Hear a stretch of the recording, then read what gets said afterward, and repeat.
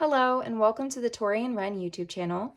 Today we're going to be making one of these beginner and scrap-friendly mini zipper pouches. You can make them in a ton of different colors because it's such an easy project. I have a couple different ones here in blue and green. They have 100% quilting cotton up here at the top, faux suede here at the bottom, and a D-ring so you can hook this up to your keys and keep change in here, and other small items like chapstick, lip gloss, whatever you'd like really. So if you'd like to make one of these, keep watching. I have the full instructions and measurements in this video. If you'd like the written instructions, you can find them down below in my Etsy. Let's get started. Let's just get these out of the way here. We're first going to start with materials. So starting with print A, you're going to need 2 pieces measuring 3 1/4 by 5 1/2. So it's 3 1/4 high by 5 1/2 wide. So if you're using directional fabric, be sure to pay attention to that. I also fussy cut my 2 pieces so that I have the hedgehog centered in the middle because I want that to be the focal point on both sides of my bag. Next, you'll need 1 piece measuring 3 high by 2 wide. So if you're using directional fabric, once again, pay attention to that. And this is for the D-ring tab. Next, you're going to need 2 pieces measuring the width of your zipper. So if you see here, measures the width of my zipper by 2 1/4. So those are my 2 pieces. Next, you're going to need 2 pieces for print B, measuring 2 1/4 high by 5 1/2 wide. I'm using this faux suede material, but you can use vinyl, you can use corduroy, or even a contrasting quilting cotton, whatever you'd like. Next, for print C, you're going to need 2 pieces measuring 4 3/4 high by 5 1/2 wide, and for the direction of my fabric, I just made sure my stripes were running vertically. Then you'll need 2 pieces of fusible fleece. I'm using Pellon, I believe this is Pellon 986F. If not, I'll put it on the screen. And these measure 5 by 5 1/2. You'll also need a 4 1/2 inch zipper. I'm using a continuous zipper that comes by the yard. And I have my zipper pull here. Now, when I say continuous or by the yard, it's zipper tape that comes like this in a roll, and it usually comes with multiple pulls. So you can cut it the size you need and then add in your pull. Mine's a bit wrinkled, but that's what it is. You're also going to need 1 D-ring. I unfortunately don't have any right now, but you're going to use one that's 3/4 of an inch. Now that all our materials are cut, we're going to get started with the first sewing step. So we're going to take our 2 print A pieces measuring 3 1/4 by 5 1/2 and our 2 print B pieces measuring 2 1/4 by 5 1/2, and we're going to line them up like this. So you want this top edge to align with this bottom edge, and we're going to place them with the right sides together, aligning that edge. So as you can see, our right sides are facing, and we're going to sew across here using a 1/4 inch seam allowance, and we're going to repeat with this piece here, 1/4 inch seam allowance. So I've already sewn one together, but just a quick tip is to sew on the side of the faux suede and not this side. This side may stretch as you sew, and this side won't.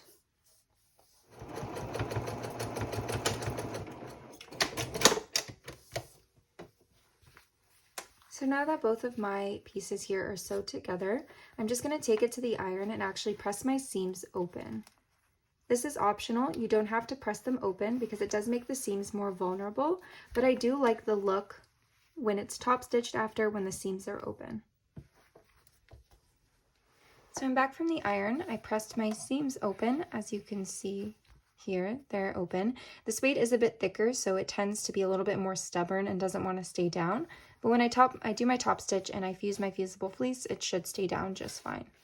So the next step that we're going to do is fuse our pieces to the glue side of our fusible fleece.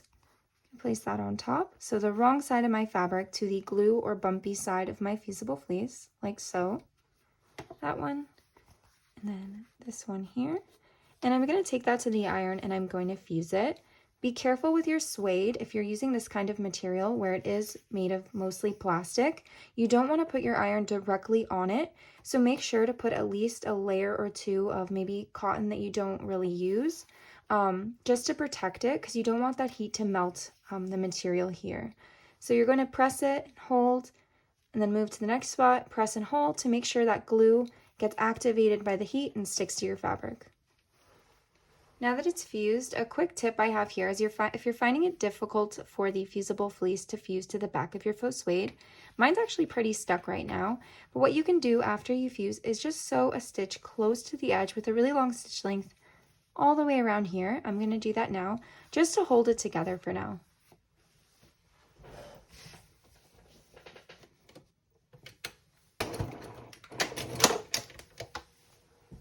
So I sewed the seam all the way around the bottom on both of the pieces just to hold it together, and it looks like that. So the next step, now that this bottom is sewn, is to do a top stitch on the bottom edge here on the suede side. So what I'm going to do is I'm going to use this brown embroidery thread because I like the look of it. It has a nice shine, and I'm going to sew the edge here and here. So that's what they look like here with the top stitch here on the suede side. Now we're going to move on to the zipper. Now taking our zipper, we're actually going to now add in our zipper pull. So I'm going to show you how to do it. I have quite long nails right now, so this might be a little bit difficult, but I'll try my best to show you. So you're going to open a little bit of one end of your zipper, and you're going to get your zipper pull. This is a number 3 zipper, so my pull's a lot smaller. So what you're going to do is you're going to feed each side of the teeth into your pull. I need to open mine a little bit more. And you're going to align that inside. So you want both edges to be straight inside at the same kind of distance. I don't know if you can see that. Bring it a bit closer. Oh, my hands are shaking now. I'm at quite an awkward angle. So you want the edges to be aligned, and then you're just going to keep pushing your zipper in. Oh, there we go. I think I got mine. So once it's like that, where they're even like that, you're going to pull your pull through, and it should look something like that.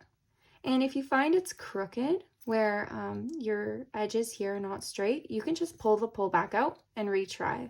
You can try as many times as you like, and it takes a bit of time at first to get used to, but once you do it often enough, you'll get really good at it. Now, the reason I like this kind of zipper and I like having the pull go through is I like having both ends of my zipper closed. That way when I'm adding these tabs, they're not moving and separating while I'm sewing. So I'm going to take my 2 tabs of print A, and I'm going to align them on the back of my zipper like this. I'm going to align the right side of the fabric with the back of the zipper, one on this side and one on this side. And I'm going to sew across each side using a 1/2 inch seam allowance. And if you did that seam that we did in the previous step where you sew around the bottom of the faux suede to keep the fusible together, make sure you change your stitch length back to normal. Mine right now is set to a 4, so I need to change that all the way back down to a smaller stitch length, probably about a 2 or 2.5, because this is a structural seam. So my tabs are sewn, and I have these handy thread snips that I actually got from Sewers Club. And I'm just going to use them to snip this thread off. I love these things. I use them practically for every seam I do. It's just so handy to get really close to the seam and snip off those threads so that when I do my next seam, they don't get in the way or don't get sewed down, and then they're even harder to cut off. So once you've sewn your tabs to your zipper, it should look something like this. I've already pressed mine, so that's why it looks a little funny. That way I can show you the next step a little bit easier. So what you're going to do is you're going to open them up like this, and then flip over to the front of your zipper. And then you're going to take that raw edge here, you're going to fold in about 1/2 inch, and then fold back over, so back over, and put that edge, align that edge nicely with that seam, so just covering it. And the reason I say to align that edge with that seam is because we're going to be sewing across here to hold this fold in place, and by having that fold right near that seam, it's actually in line with the one on the back, so that when you sew across, you're going to have a nice seam on this side and a nice seam on this side. They'll be relatively in the same spot. So we're going to do again on this side. We're going to fold and then fold over to case that seam and align just past that seam so that it's covered, but in line with the back. And then we're going to sew across here, and I'm going to increase my stitch length to more of a top stitch length. So I'm going to bring mine on my machine. I'm using a Baby Look Accomplish. I'm changing mine to 3.5 because I like the look of a longer stitch length. Oh, something I also do that's just a handy tip is when I place it here, sometimes I like to, really close to the edge, just do a couple stitches back and forth right here to hold it in place. That way when I sew across, it doesn't move at all. So I'm just going to do that now, and I can show you what I mean really quickly. Okay, so this is what I mean here. I just did a couple stitches here on the side, and that'll hold it in place really nicely. So when I sew across, this isn't going to go anywhere or move like this side might. So this side might shift a lot more if I just sew on top, right? So this just keeps it nice and in place, almost like a little basting in one spot. So my tabs are now sewed on, and don't be alarmed if it's a little bit messy here at the edges where you did that little basting stitch, as long as it's within that within that 1/4 of an inch on the edge, because we are going to be using a 1/4 of an inch seam allowance. That's going to be sewed in, so you're not even going to see those little basting stitches. It's going to be nice and concealed in there. So that's what it'll look like. So we're now going to work on our D-ring tab using the print A piece that measures 2 by 3. So the first step with this is we're going to fold it in half, bringing the 2-inch edges together and wrong sides facing. You're going to take it to your iron and you're going to press to crease that center fold. We'll open it up, and you can see in the middle mine's creased. Then we're going to bring the 2-inch edges to that center crease like that and like that. And then we're going to crease it again on both sides. Once that's creased, you're going to fold it again like this and give it once again another press so that we can form our D-ring tab. Now what you're going to do is you're going to sew on both sides close to the edge here like a top stitch to secure these folds in place. So once it's sewn, it will look something like this. And then what you're going to do is you're going to insert your D-ring into the tab on one side and then fold it in half like that. I again don't have any right now. I thought I did. So I'm going to be doing mine just the tab and no D-ring. But if you have one, it will look like this on this bag. So again, you'll insert it inside and have it folded so it'll look like that. Okay? So because my tab doesn't have a D-ring in it, I'm not going to do a stitch on this or a seam. But what you can do is if your D-ring is in here, if you'd like to hold it in place, you can actually sew across this edge to keep these ends together and the D-ring inside. So what you're going to do with this now is you're going to measure 1 inch up from this seam where your print A and print B join on the piece that you'd like to be your front panel, and you're going to pick a side that you want the D-ring to be on. I think I want it to be on this side, so I'm going to get a marking pen, and I'm going to measure 1 inch up from the seam. So on my sewing machine, I actually have some measurements here, so I'm just going to use those. Okay, and my erasable marking pen. And I'm going to sew my tab in place here.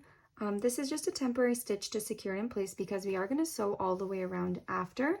So I'm going to sew close to the edge, and I'm going to make sure to backstitch quite a few times because this is going to have some tension if you do clip it to your keys and have stuff inside. So you want it to be nice and secure. So that's what mine looks like that, and you'll have your D-ring inside here. So I'm going to set this piece aside now. So with our other piece of the exterior, we're going to start with this one. We're going to take that piece and then our zipper, and we're going to install it here. So we're going to measure first from each left and right side on the top. We're going to measure 1/2 inch in and then 1/2 inch in. That's where our zipper tabs are going to stop. So right here and right here. This will ensure that our zipper is centered with our piece and not more towards one side when we start sewing or more towards the other. So now that I have those markings, what I'm going to do is I'm just going to sew with a basting stitch close to the edge, so a stitch with a longer stitch length. I'm going to align one tab with that marking, sew it a little bit there to hold it in place, and I'm going to put another one on this side and sew it a little bit of place. I have some threads here. So yeah, align with this one and sew it a little bit in place. Now that it's sewn on both sides, it should look something like this, nice and centered in the middle. And now what we're going to do is we're going to sew across here using a 1/4 inch seam allowance. And we're not going to sew on the side of the zipper. We're going to sew on the side of the fusible fleece because it's stabilized, okay? The zipper isn't. And when we're sewing, if you haven't sewn zippers before, the pull can actually get a little bit tricky and get in the way. So for example, if the pull's over here and you're trying to sew, it can be a little bit tricky to sew here. So what you're going to do is if you're at a point when sewing and the pull is getting in the way, you can lift your presser foot and move your zipper farther away, put your presser foot back down and keep sewing. And that way it's not in the way anymore. So I'm gonna go sew this, again using a 1/4 inch seam allowance, and I'm gonna change the foot on my machine to a zipper foot. Now that the one side of the zipper is sewn, I'm gonna take one of my lining pieces and I'm gonna align that top 5.5 edge with this top edge here. And I'm gonna sew across again using a 1/4 inch seam allowance, but I'm not gonna sew on the side of the lining because I can't see the previous seam I just sewed and it's also not stabilized. So I'm gonna again go on this side and sew across here, and this time I'm gonna sew from end to end, catching everything, okay? And I'm gonna try to stay on top of that same seam. That way, when I turn over to this side, there's no seams that are gonna be visible because I'm gonna sew in the same spot. So now that this is sewn, I'm gonna open this up by bringing the wrong sides of both this piece and this piece together, like so. And then I'm gonna give it a good press at the iron. So this is what it looks like pressed from the iron, and we're actually gonna repeat the same entire process with this side. So I have my 1/2 inch markings here. I'm going to align this with right sides facing. I'm going to base this in place here and here.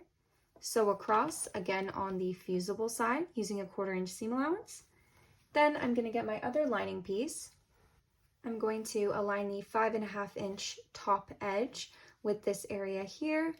I'm gonna sew across again on the fusible side and in line with that seam. So exactly the same process as last time. Okay, and I'm gonna do that now. And just like last time, we're gonna bring the wrong side of our lining piece and the wrong side of our exterior piece together, and we're gonna press. Now that it's nicely pressed on both sides and your lining should look something like that on the back, you're gonna sew a top stitch on both sides of the zipper.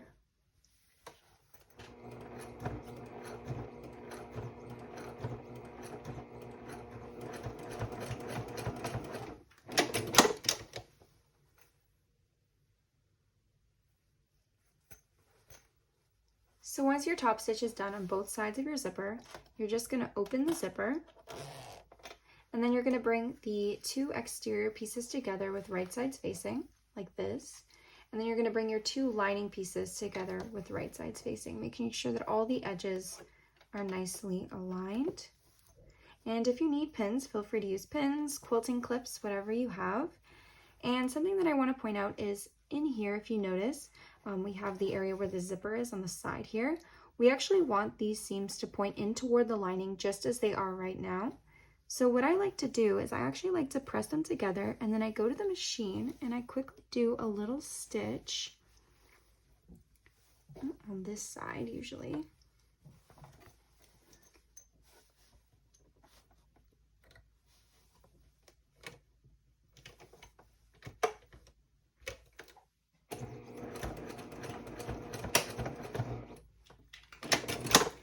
Do a little stitch like that just to hold them together, and I'm going to repeat it on the other side. Okay, just like that, and I'm going to trim that string. That way they're nice and aligned, and they're also pointing in towards the lining just like this. So then I'm going to pull this back over and keep that nice and aligned. And then something I also like to do is, because we have this seam here with the suede, I like to actually do a couple stitches here to make sure that this is perfectly aligned so that when I turn it inside out, it's nice and aligned. So I just take it here, eyeball it a little bit, and then I just sew a couple stitches. And I do that on both sides. So now that the sides are secure, what you're gonna do is you're gonna make sure that the lining and the exterior fabrics are all aligned, because we're gonna sew all the way around. And we're gonna leave a 2 to 2.5 inch opening here in the lining. And a tip for leaving the opening is to start at the edge of your fabric. I'm using my snips as a pointer. You're gonna sew in the length of your seam allowance, so it's 1/4 inch. So we're gonna sew in 1/4 inch. Then you're gonna lift your presser foot, pivot and turn, and then keep sewing the rest of your seam all the way around. Then when you get here, you're gonna stop, pivot again, so lift your presser foot, and then sew out. What this is gonna do is it's gonna create an edge here. So when we turn it inside out, when we tuck our opening inside, It makes it a lot easier to get a nice flush edge because of those two seams. So we're going to do that right now, and we're going to sew all the way around.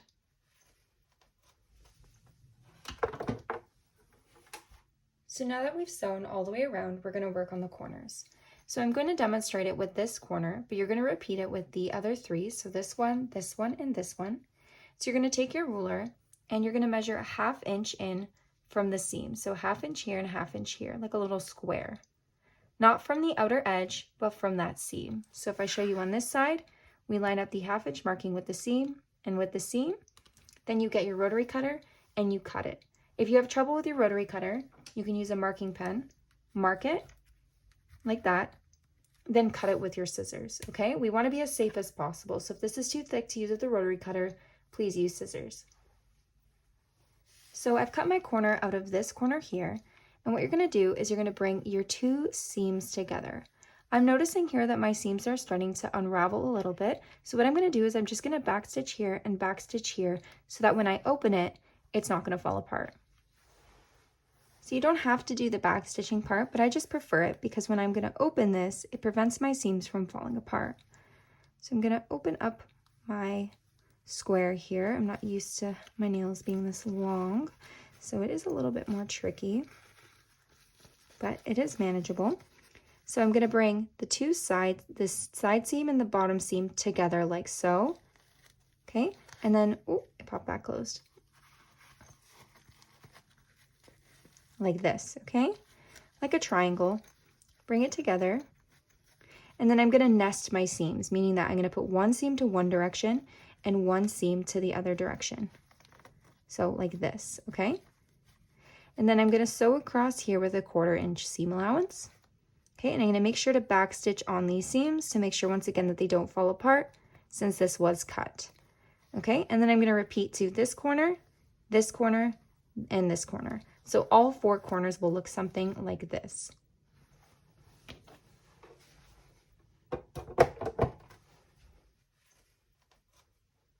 So this is what the corners in the lining look like. And as you can see, when I nested my seams, I nested these to the same side so that it wasn't twisted. Because if I nested this one this way, you'd have a bit of a twist in the bottom like that. So you want to make sure when you're nesting your seams that you do it to the same direction so it's nice and flat. And the same thing for the exterior. But now that all of the corners are done, I'm going to turn this inside out using the opening in the lining. But first, I'm just going to trim all my strings and then I'm going to do that. So once you've turned it inside out, it'll look something like this. Mine still needs a bit of a press. But what you're going to do is you're going to tuck the raw edge from your opening inside like this. As you can see, mine's tucked inside. And actually, because of those 2 seams we sewed with our opening, we can pull like this a little bit, just gently, and that tends to help pull the raw edges in and make them straighter. So then mine's already pressed here, but you want to press it so that the edge here is seamless and you don't see the edge of the opening. And you can either sew across close to the edge using your sewing machine, or you can hand sew it closed. Okay, so you can either hand sew it or machine sew it. Once that's done, you're going to tuck this inside here. And then I'm going to go give mine a good press and I'll be right back. So that was our last step. Our mini zip pouches are now complete. I really hope you enjoyed this sewing tutorial. If you're looking for other projects to make, please check out my other videos here on my YouTube channel. I also have my Etsy and my Instagram linked down below, and I'll see you next time.